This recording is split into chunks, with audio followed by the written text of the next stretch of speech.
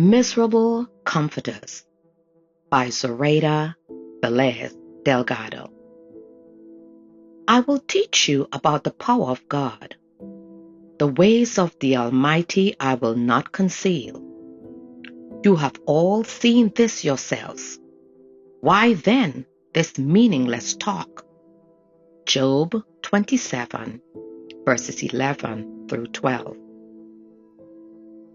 For many people, COVID-19 was just a year-long isolation period that ended with a new way of seeing life. For others, COVID-19 disseminated their family. Many lost multiple family members. Children lost both parents, grandparents, and even siblings. I stopped watching the news because it became unbearable to listen to so many sad stories. Pastors started to preach about the power of God. It is easy to believe in God when everything is going well. But what happens when we lose everything? The story of Job came to mind during that time.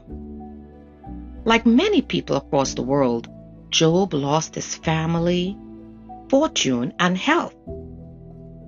3 of his friends came to visit him in his misery. His friends had Job's best interests in mind when they arrived. They really wanted to support him, so they sat with him for 7 days and 7 nights without uttering a word. They just mourned with him. Then Job's humanity came through. He broke the silence, spoke up, and cursed his fate. This is the man who had spoken words that encouraged those who were about to quit. Words that had put stumbling people on their feet and imparted fresh hope to people about to collapse. Job 4, verse 1 through 6. But now, Job is on the receiving end, and it is his turn to receive encouraging words. Sadly, that is not what happened.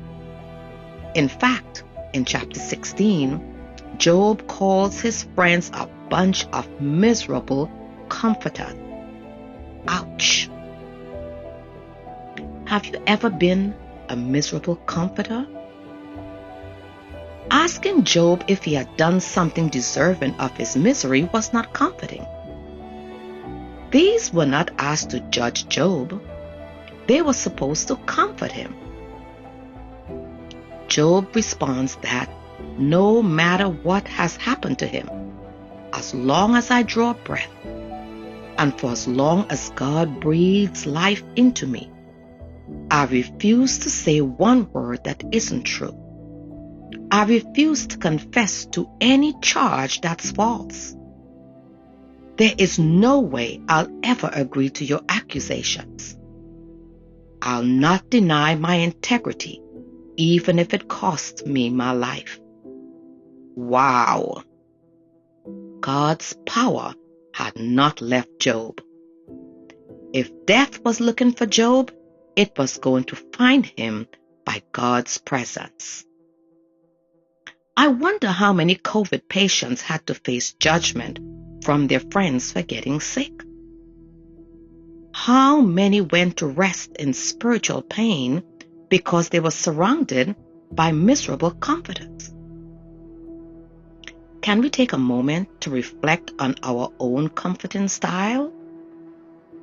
Are we able to offer hope versus damnation? Are we able to instill peace versus spiritual war? Can we inspire trust, forgiveness, and love?